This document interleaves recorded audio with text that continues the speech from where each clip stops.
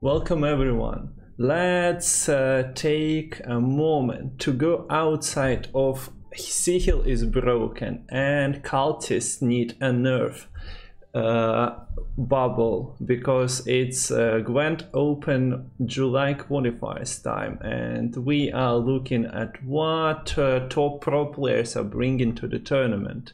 What's the meta like? So it started yesterday and we have finalists in Kaneki Amori and Trevan battling it out later today on Sunday.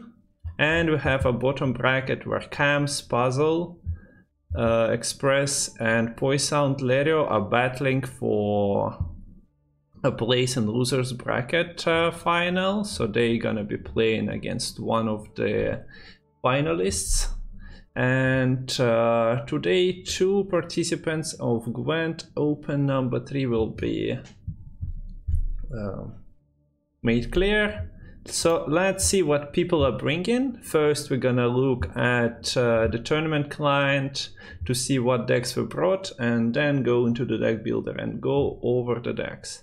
So I'll scroll it for you and you can pick what factions are the most popular. Any guesses? You can see 16 lined pockets decks in the tournament. You can see 16 royal inspirations. It's kinda clear what players are leaning to while talking about top 4 factions and the tournament meta.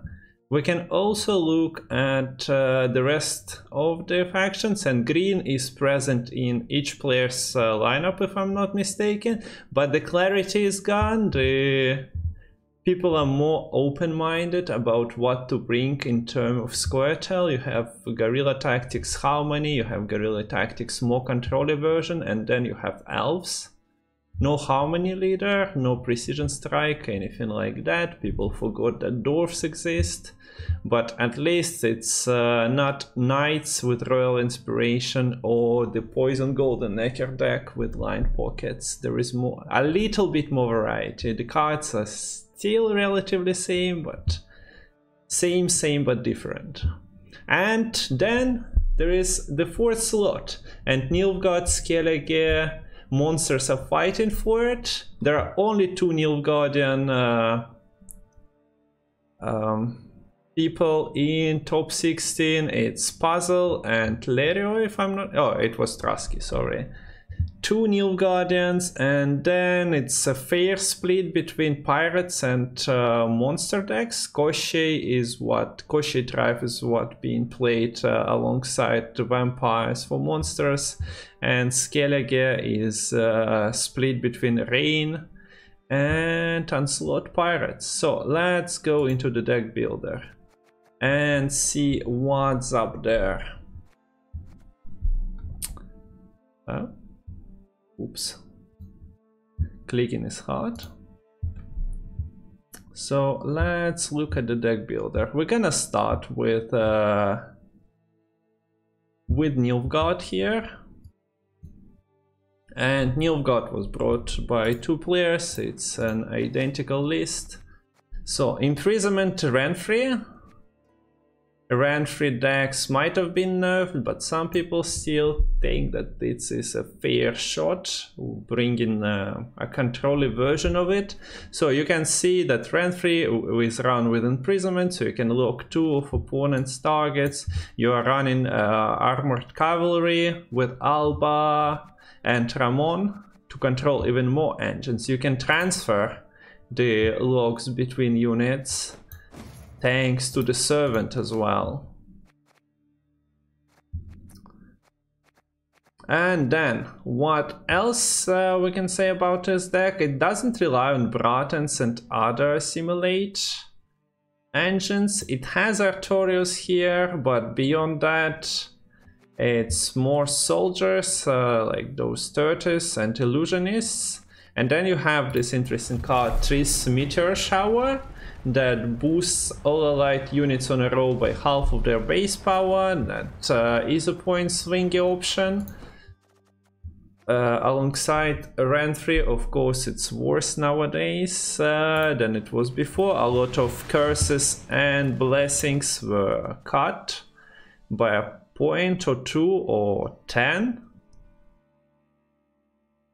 So yeah, this is the Nilfgaard, the only option. Nobody is believing in Colgrim, Mill, Cultists, Masquerade Ball, none. Renfrey. But even Renfrey deck is not that good, because last season everyone was running Renfrey in every faction, so you can replay your opponent's Renfrey, you can create more of them. Now you just cannot. There is a limited amount of options what you can do with the Renfrey. So you play your own copy, you can purify it and assign it back. You have the doggo to shuffle back. 8 provisions, by the way. But other than that, yeah, you just rely on controlling opponent's side of the board with locks. Like, you can lock most of the knights, denying them a lot of value. But like, you don't have heat wave for their scenario, so you need to push it out. Or you just ban NR. So this is for Nilfgaard. Moving on to the monsters. Another faction that brought Renfrey. But don't hesitate and don't be afraid. It's the only other Renfrey deck. I don't think Pirates brought Renfrey, although maybe some souls did. I might be mistaken on that. So yeah, the Renfrey Regis combo actually got a buff when you roll the curse of Gluttony that boosts a unit by its base power. It also boosted by 2, so you want a Lassay, you want Regis grown to like 15, 18 base strength, and then you buff it by its base strength. Incredible finisher. And vampires are scary, but the hit Renfrey got costing 1 more provision, losing 2 points on her body, alongside with meta running control tools and fighting for the last say, running Heatwave for your Regis, or at least Geralt of Rivia. We're gonna see some Irdens and Ignis throughout this review, by the way. Yeah, make it more vulnerable. But yeah, there is a full vampire package of bronzes, Incubus to bring your Fledder out, or Nekorat if your opponent is not running 6s. A consistency tool in Tree's Butterfly to draw your Regis. So if you are missing last season's meta, those 2 decks, Nilfgaard and Vampires, are mostly for you. But now to something newer. Force of Nature with scenario with Kitty Cat, Search Scratch a lot. That is a knight now, best buff ever according to the community.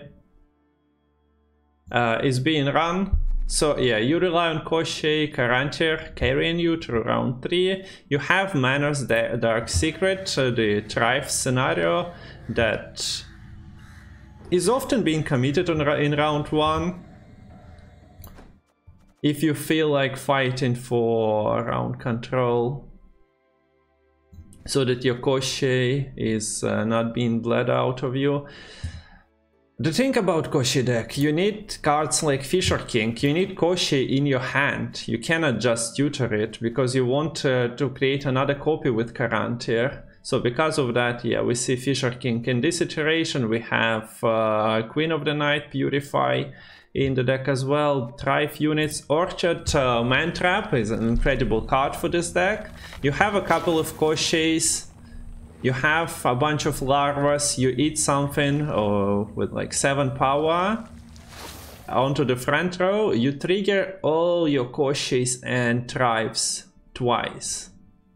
And twice with like 7 units is a lot of points. So yeah, if Koshchei is left unchecked, this is like over 100 points in a last round situation. We're gonna take a look at the other Force of Nature decks. Some people are running Maxi alongside Fisher King, but yeah, this is Pepe Smiles inclusion in most of his lineup. Geralt Irden, respect for that. Didn't work out in terms of reaching finals, but he sensed that Knights might be everywhere, Koshi might be everywhere, so he gave it a shot. I mentioned that we're gonna see some Erdens. And then another build, if I might have opened the same deck. Did I not? Nobody will know. You can see that you can run Old Spear Tip Asleep that pulls 18-point Old Spear Tip from your deck. Even without Ozrel, you can find a deck in a link I'll leave below the video with the Ozrel as well. So if you want to gnome on 18-point Spear Tip, play 19-point Ozrel that definitely procs all your tribes, you can go for that build as well. So a pretty powerful deck that struggles with consistency at times, missing your Nero scenario Koshei. Like missing your scenario round 1 means that you rely only on your tribe units and maybe Spear Tip if you are talented enough. But yeah, all the other cards you need by round 3. Like Koshei, Karantir, and Kitty, and if it goes hard. So definitely a ladder deck as well. A lot of people are at 25-50 and above with it. So that's for monsters. 2 representatives. Vampires, Koshi decks. Moving on, Rage of the Sea Rain was less popular Skellige inclusion in the lineups. But yeah, we are moving from the least popular to the most popular decks today. So, Messenger of the Sea, Golden Necker. You want as many messengers as possible. You have Megascopes, you have the messengers cards themselves, you have Freya's Blessing that brings 2 of them out of the graveyard. You can also replay Freya's Blessing with Bright. You have Rain component in Reargun. You have Leader that creates Rain. I just noticed that CDPR left me with a surprise of card art replays. Skellige Scorn sees play. If you are queuing into Elves, this should be amazing because, well, it brings you a loads and loads of points. Even if it only lasts for 2 turns, there is no Fulmar because this is a Golden Necker deck. But yeah, you have Defender to protect your messengers. You have your weather conditions in cultists, Hafrus. Scary around is insane if you manage to stick 5 messengers on the board, create 5 of them, and you probably win. But vulnerable to not finding the components once again and just being bled. Like missing your Golden Necker is fatal. But yeah, you have Tempo and Roach and Doggo. Defender to protect yourself from like being locked and removal. And the Ring of Favor is included in one of the versions. I think the second one didn't have it. The second one actually runs Operator to create more messengers and runs some Tinin Tempo. Tears of Siren for Rain as well, instead of the second cultist. So it doesn't beat all the meta decks. But if you want to try, and if all you queue is Scoia Elves, this is something you should pay attention towards, this deck. And then Onslaught, I mentioned, yeah, somebody brought the Rentry version of Onslaught as well. Control pirates, stack as much armor as possible onto your units, hope your Krach sticks, and profit. You can see this version runs both Mork and Geralt. you expect knights, you are not banning them. You can keep both. Knights going over 10 power with multiple units in like 2 rounds of Gwent. That's what you love to see. This version runs lemons for graveyard control as well. We can check another version of it. Wait, this is rent-free as well. Was there a non-rent-free deck that I wanted to check? Yeah, I think this is Raven's Pirates, Sunset Wanderer discard package with Skirms, Birna Coral and Skulls. Then a bit of movement. Ah yeah, Morkwork as well. A Raiden Fleet for thinning. So that if you count the thinning, Mask of Ouroboros, all the discards, Raiden Fleet, and yeah, Magic Compass. You want that Magic Compass played when you have less than 3 cards in your deck. Then you can pick either Fukushia or Endless Voyage, newest Skellige scenario. Don't miss your discarders. It's better you not, because otherwise your compass is just struggling to play something left in your deck in round 3, and those cards are probably not good. And also you are missing like 14-point Fukusha, so be mindful of drawing your cards. You know the first rule of Gwent. But yeah, heavy control via this Fukusha Rain, but mostly Onslaught Leader Charge, Krach if not locked, and then Armored Pirates plus some Cataclysm effect on your opponent's rows, killing all the small engines they try to develop in their Harmony, or killing elf bodies, denying them boosts from Isengrim or Free Company. So this is the least popular factions. Imprisonment for Nilfgaard, Koshchei, Vampires, Rain and Onslaught Pirates for Skellige. Now, everyone brought those 3 factions, orange, blue and green. Let's start with Deadeye Ambush. Scoia, both finalists brought something similar. You're running your Feign Death. You're running your... sorry, the pictures are all wrong again. It's been only 4 years since this bug appeared, right? So there's still time. Feign Death, seamless Vanadine combo. You can play up to 5 Waylays with Seamless. This is one of the cards that survived Onslaught. Most of the last year's expansion cards got a touch or 2. This is still unlimited to play in all copies, and Waylays is still doing damage and spawning. Maybe I'll open something new for some of you. If you play your Seamless for Waylays and you don't have a target, it still spawns a Deadeye. Occasionally people in Twitch chat wondering about that. Yeah, it works even on the empty board. You can play Seamless as you open and play with 5 Waylays, it still plays for 17. And yeah, then you have the Free Company buff, boost all bandits, Newsflash, Deadeyes, bandits now. So a good swarmy deck.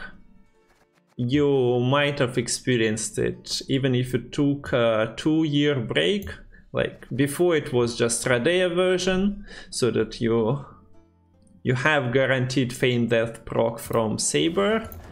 Now it's, well, not Radea deck, but it's still loaded with points, relying on Seamless, Vanadine and Feign Death to produce them. You can use Vernacell for spawning if you're lacking bodies, or for shooting if you play Verna front row. Be mindful of not over swarming as well, because That's an issue if you just play 3 and pass and you're not getting bled. You can count amount of units here. If your opponent is not running any removal, you're definitely discarding a card to 5. And yeah, the only change in the Elves deck was Spores versus Vile, I think, between Revan and Kaneki. So moving to the Guerrilla Tactics, it's the only leader outside of the Elf leader that was brought, but configurations were somewhat different. Like you can see Mysteries of Loch Fane in most of them. This was a version that actually used Seamless with Bountiful Harvest over Vanadine Waylays. And yeah, you can see there is a bunch of Harmony units and a bit of poison, but yeah, Antarians are kind of crazy, making Harmony somewhat of a staple in the current meta, I'd say.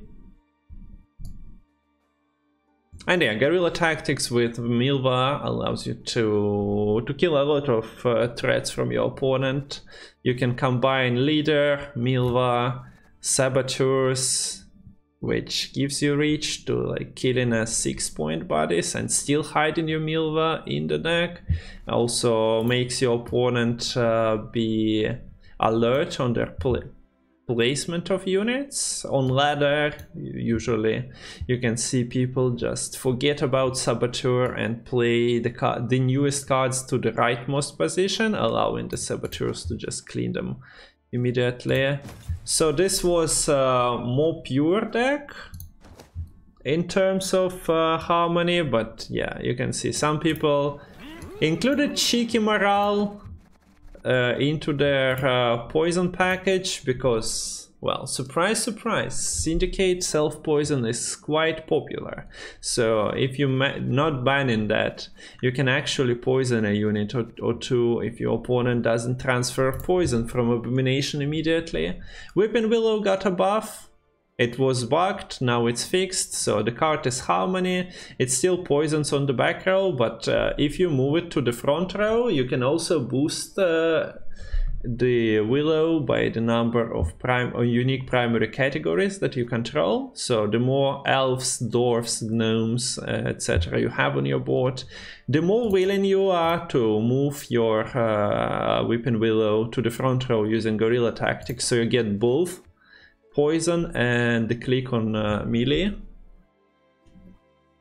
Card is considering you even skip poison, card is still playing as like 12 for 7, plus it still has Harmony attack, so if you play it and a unique tag, there is not many 3-ends being run. Like in this version it's the only 3-end. You can see some occasional oak critters and whatnot added. So another iteration of Guerrilla Tactics is actually, yeah, this one with Saskia. It's kind of bad that Saskia can pull your Chariot, can pull your Deploy like Chameleon to the board, depriving you of especially in case of Chariot, depriving you of 4 points at the very least.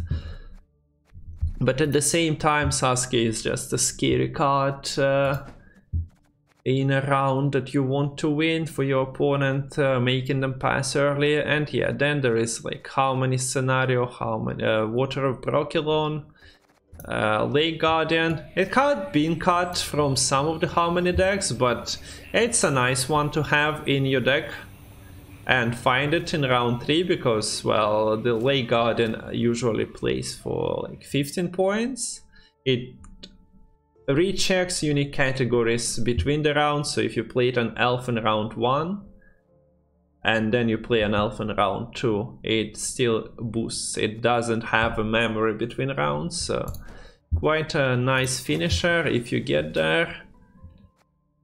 But considering it shares category with Anterion, some decks cut it. You can see this Harmony deck is more control oriented with Waylace, once again Vanadine. Also runs Irondite.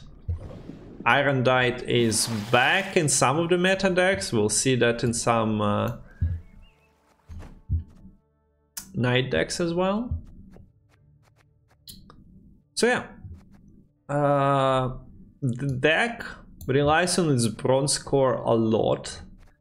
Maybe the seamless Vanadine version a bit less than others, but still relies on all the unique categories. And while the cards seem to be playing for 5 and 6, they are all working, harmonizing together to incredible amount of points. But yeah, this is more controller version with Guerrilla Tactics, Irondite, Waylace, Skirmishers as well. You can run Berserkers only, but Skirmisher Rendition leaves you with some options for extra removal potential, combination of Leader and 3 damage from Skirm, for example.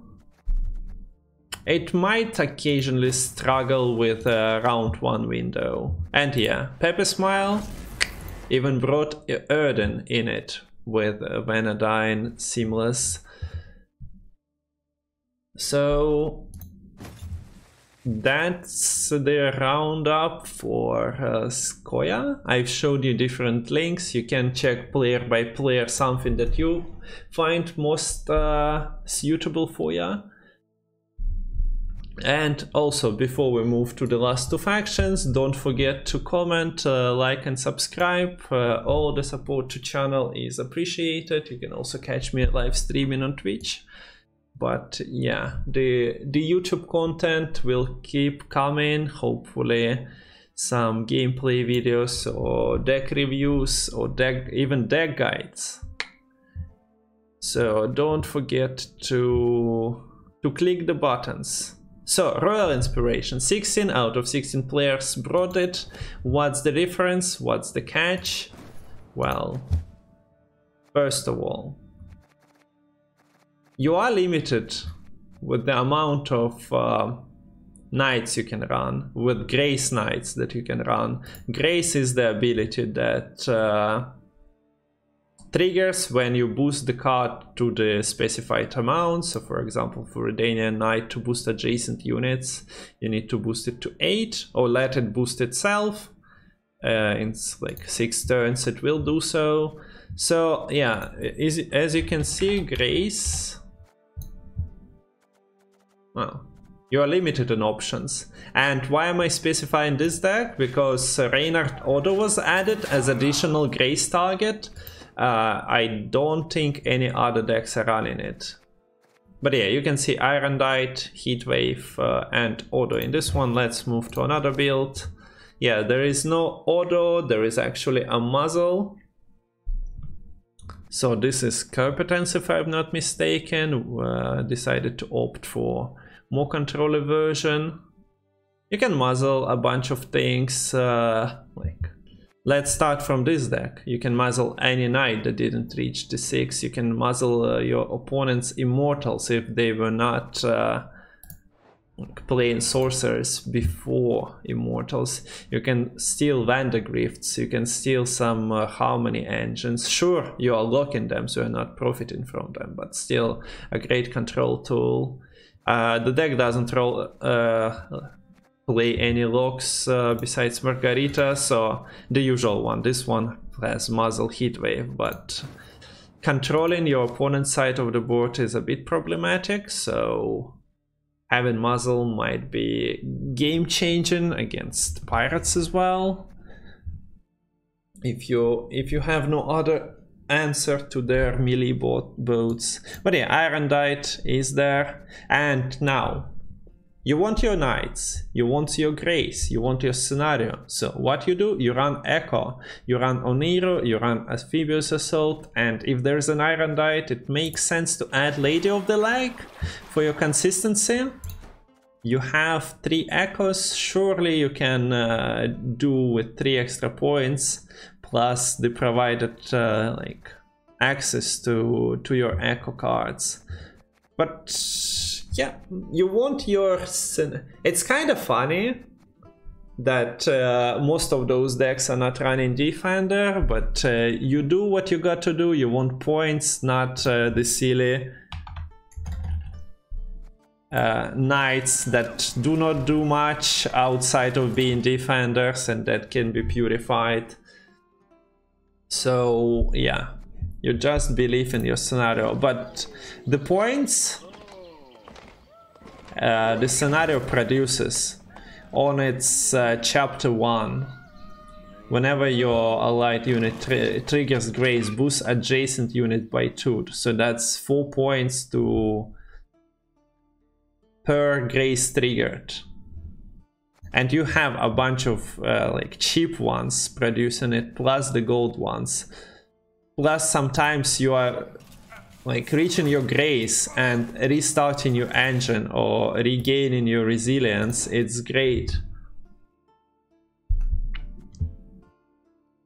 It is not an easy deck to beat if you don't have Heatwave for scenario and then some control for their insane, incredible engines. That's why most players brought it. What is its struggle against?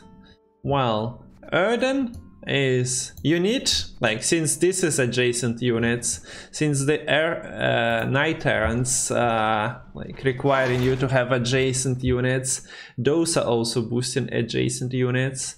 Well, you'd think that Erden will be catastrophic, but bringing Erden to the tournament while there are elves and pirates is not something most people will do. And you can just poison all the knights, so that's why we're switching the faction. Those are Royal Inspiration decks from the players. They are mostly identical. Is it any different for Syndicate, you ask? Nah, not really. All Syndicate line pockets decks are Golden Necker decks. Some of them more Golden Neckery than the others because there is Arcane Tome that allows you to play, and Talisa that allows you to play double Golden Necker. You only have Candle, Location, Hideout, and Arcane Tome for the artifacts. So your Golden Necker options are limited. But, well, considering this is an artifact and you run a bunch of specials, you can occasionally just bank for your Golden Necker if you missed it and play a lot of poisons and poison units and poison the poisoned units and get coins for poisoned units or poison your own units to poison your opponent's units later. You get what I mean, what this deck tries to do, right?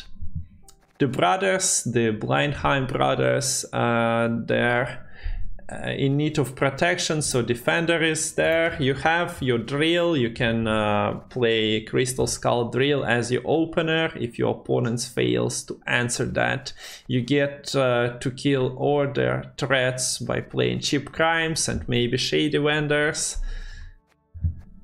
And if that works for you, then in round 3 against Knights, you can poison most of their board with fish decks, failed experiments, and morale. Knights, as we've seen, only have limited control in Heatwave, Irondite, and Margarita, but not all 3 of them in the same deck most of the time. So what's different between all of them? All the line pockets. Well, some people prefer another tutor. Some people prefer Volter because they miss the previous game director. And also you can hit another poison from there. Some people want well, we've seen Slama, others want like extra tempo points. Some people want to purify their brothers, so purify opponents' defenders, because otherwise you need to waste your damage and poisons on on not preferred targets. And then there was another version that I didn't click, but yeah, the only difference, honestly, some people decided to bring movement. The difference is if you are playing a single golden necker or two of them, and that's it. That's also a roundup for the factions. We've seen 6 factions represented, but variety of the decks for Nilfgaard was lacking. Nobody is believing in cultists in the like tournament meta, tournament setup. You don't see many sihil decks as well, right? You know, all those complaints. Cards is still incredibly binary for a lot of people, at least they consider it to be. Because, well, if you cannot prevent them from getting off their sihil, you cannot play your wholesome small engines, because they're gonna be all dead in round 3, while opponent still gets to play their bronzes out. So, will it get nerfed? Not according to the tournament meta, it won't, but maybe amount of community complaints will reach it. I do like myself occasional sihil gameplay, so I don't mind card that much. It's definitely countable, but it's making Gwent some other game, not something you usually tend to play, because, well, people are leadering round 1, playing candles round 1, all is done to protect or get your sihil off, or protect yourself from getting sihiled. So we'll see how the developers decide to do. So yeah, share your comments. What do you think about the tournament deck variety? How different it is from what you'd experience on the ladder? Let me know in the comments. Like, subscribe, and see you next time. Maybe I'll do the review of top 64 decks, probably some spicier decks, because I would assume that we'll see more or less same decks being brought. But since amount of players is quadrupled, maybe somebody brings something spicy that is actually worth talking about. We talked about most of the deck variations here. I might have missed something. Don't forget to check the link for the tournament platform that has all players' decks. And yeah, till the next time. Спасибо, что смотрели. Goodbye.